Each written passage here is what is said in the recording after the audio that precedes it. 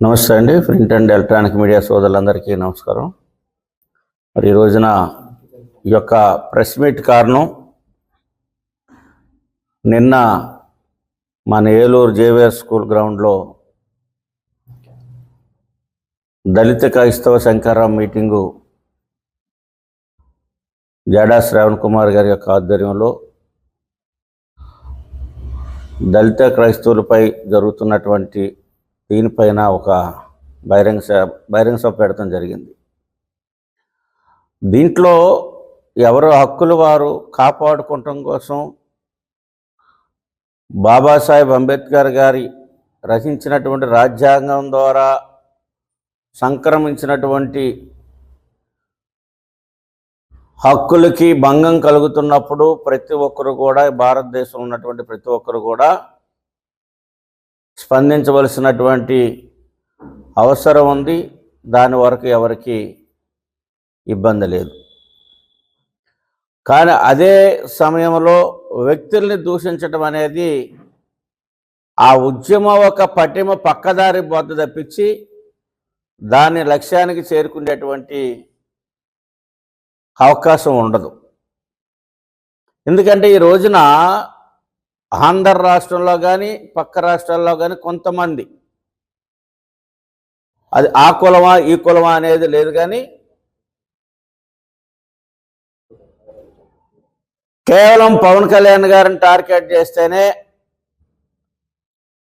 పవన్ కళ్యాణ్ గారిని విమర్శ చేస్తేనే మన మీటింగ్ కానీ మన వాయిస్ కానీ పాపులర్ అవుతుంది. సోషల్ మీడియాలోనో మన పదాలను చూడాలంటే పవన్ కళ్యాణ్ గారిని కామెంట్ చేస్తేనే చూస్తారు అనే నేపథ్యంలోనే మాత్రమే ఈ రోజున పవన్ కళ్యాణ్ గారిని విమర్శ చేసేటువంటి పరిస్థితి. ఎక్కడ ఏ ఒక్క అగాత్యం జరిగినా ప్రభుత్వంలో భాగస్వాములుగా ఉన్నప్పటికీ కూడా పవన్ కళ్యాణ్ గారు స్పందిస్తూ ఉన్నారు.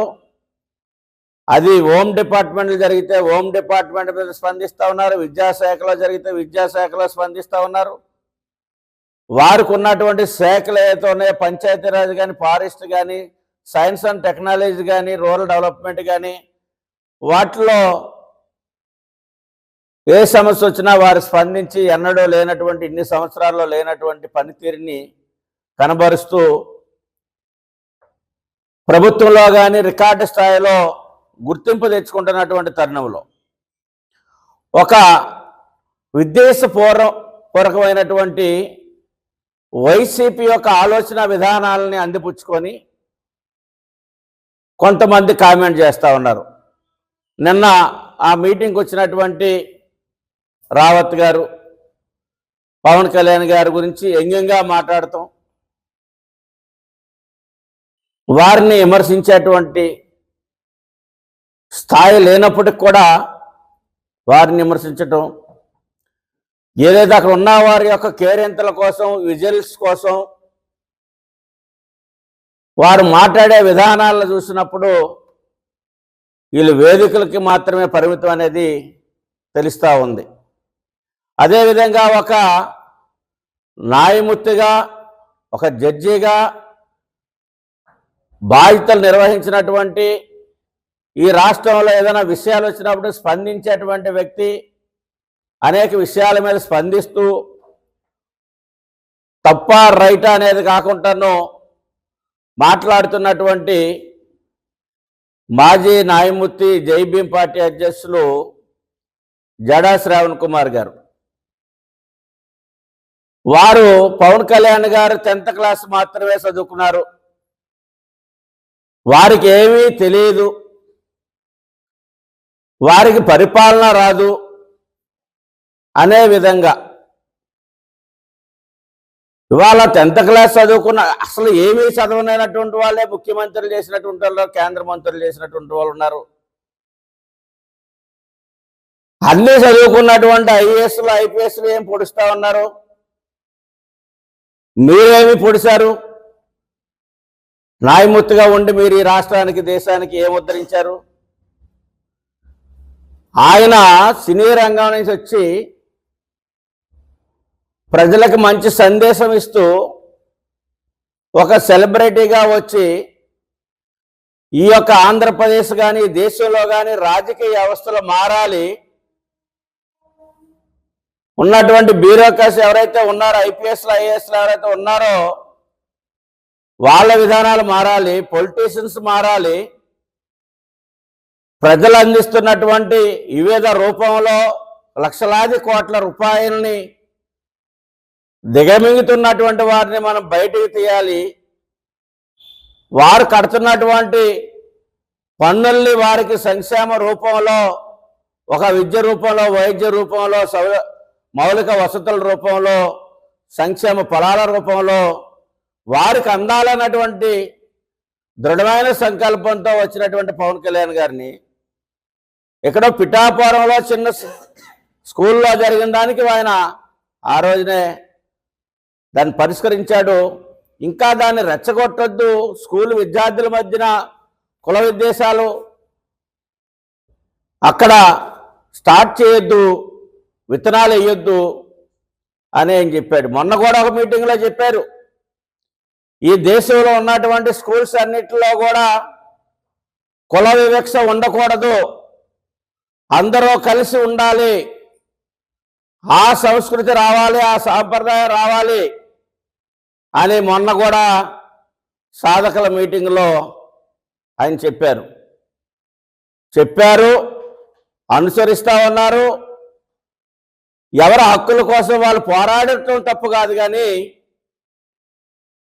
కొంతమంది వ్యక్తులను ఎంపిక చేసుకొని పేటీఎం బ్యాచ్గా తయారయ్యి మాట్లాడటమే ఘోరం అనే పరిస్థితిని నేను తెలియజేస్తూ ఉన్నాం, ఖండిస్తున్నాం. ఇక్కడ ఆకువీడులో జరిగినప్పుడు అక్కడ కూడా అన్ని సంఘాలు వెళ్ళాలి, ప్రొటెక్ట్ చేయాలి. లేదు కారం సైడ్లో జరిగినప్పుడు కూడా రాష్ట్ర ప్రజానీకం అంతా కూడా దాన్ని ఖండించింది ముక్త ఖండంతో. ఎక్కడైనా కానీ దళిత క్రైస్తవుల పైన కానీ, దళితుల పైన కానీ, ఏదైనా వర్గం పైన కానీ, ఏదైనా గ్రామం పైన కానీ దాడులు జరుగుతున్నప్పుడు రాజ్యం స్పందిస్తూ వస్తుంది. రాజ్యంలో పరిపాలన ఉన్నటువంటి నాయకులు మాట్లాడుతూ వస్తున్నారు, దానికి కొన్ని పరిష్కారాలు చూపిస్తూ ఉన్నారు, చర్యలు తీసుకుంటా ఉన్నారు. ఎక్కడో విజయవాడలో కిష్లాంకలో జరిగినటువంటి దాన్ని రాష్ట్రంలో, దేశంలో అనేకమైనటువంటి సంఘటనలు జరుగుతూ ఉంటాయి. కొంతమంది నేరాలు చేస్తారు, కేసులో బుక్ అవుతారు, కొంతమంది నేరారోపణ ఎదుర్కొని కేసులో బుక్ అవుతుంటారు. దానికి కులాలు వద్దని చెప్పేసి ఆయన చెప్పారు. ఏ కులం వారికి అన్యాయం జరిగినా దాని మీద స్పందించాలి, కాపు కులానికి అన్యాయం జరిగితే స్పందించాలి అని లేదు. అది కాపు కులమా, కమ్మ కులమా, రెడ్డి కులమా, మాలనా, మాదిగనా, బీసీలా, ఎవరైనా కానీ విషయం మీద స్పందించాలి, కానీ కులాలని ప్రాతిపదికన తీసుకోకూడదని పవన్ కళ్యాణ్ గారు చాలా స్పష్టంగా చెప్తా ఉన్నారు.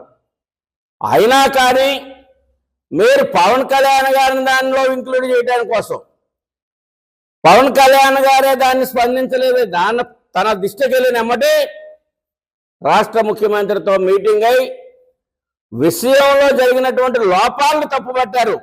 ఎక్కడే కులం కాదు, ఇవాళ అందరూ కూడా ఖండిస్తున్నాం. ఆ సీఐ గారు తీసుకున్నటువంటి చర్యలు తప్పని చెప్తున్నాం. వాళ్ళు ముద్దాయి అయితే అరెస్ట్ చేయాలి, కోర్టులో పెట్టాలి, జైలు వేయాలి, రిమాండ్ పంపించాలి తప్పించి కొట్టి మర్డర్లు చేసేటువంటి రైట్ రాజ్యాంగం కల్పించలేదని చెప్పేసి మేము చెప్తా ఉన్నాం. మరి ఈ రోజున నిన్న జరిగినటువంటి దళిత క్రైస్తవ శంకారాం మీటింగ్లో జైభీం పార్టీకి సంబంధించినటువంటి మరి నాయకులు కానీ, దానికి సానుభూతి పరులుగా వచ్చినటువంటి నాయకులు కానీ, అక్కడికి చేసినటువంటి ప్రజలు కానీ వీళ్ళందరూ చూశారు. అక్కడ పవన్ కళ్యాణ్ గారు 10th క్లాస్ చదివాడా, ఇంటర్మీడియట్ చదివాడా, డిగ్రీ చదివాడా, గ్రాడ్యుయేషన్ చేశాడా, లేదా గోల్డ్ మెడల్ తీసుకున్నాడని మిమ్మల్ని ఎవరు అడగల. ఇవాళ ఆయన సక్రమంగా ఐఏఎస్లు ఐపీఎస్లతో రాజ్యంలో ఉన్నటువంటి అధికారులతో సమావేశాలు నిర్వహిస్తూ అనేకమైనటువంటి పాలసీ మ్యాటర్స్ తీసుకుంటూ ఉన్నారు. ఇవాళ మీరు ఏ పరపతి మీద వేశారు మీటింగు? దళిత క్రైస్తవుల మీద దాడి జరుగుతూ ఉంది, దానికి వ్యతిరేకంగా చేశారు. దాని మీద ఫైట్ చేయాలి. దాడి జరుగుంటే ఫైట్ చేయాలి. రాజ్యాంగంలో ప్రతి ఒక్క 142 కోట్ల మంది ప్రజలందరికీ కూడా రైట్ ఉంది. రాజ్యాంగం కల్పించినటువంటి హక్కులను పరిరక్షించుకోవాల్సినటువంటి బాధ్యత ప్రతి ఒక్కరిపైన ఉంది. ఇప్పటికైనా ఇట్లాంటి అనవసరమైనటువంటి పేలాపాలను, అనవసరమైనటువంటి విమర్శలు, మీరు వ్యక్తిగతంగా మీరు స్వార్థపూరితమైనటువంటి అభివృద్ధి కోసం, వేరే నాయకుల యొక్క మెప్పు పదుల కోసం పవన్ కళ్యాణ్ గారిని విమర్శిస్తే సహించేది లేదని చెప్పేసి నిన్న మాట్లాడినటువంటి పవన్ కళ్యాణ్ గారి గురించి కామెంట్ చేసినటువంటి నాయకులకి హెచ్చరిస్తా ఉన్నాం.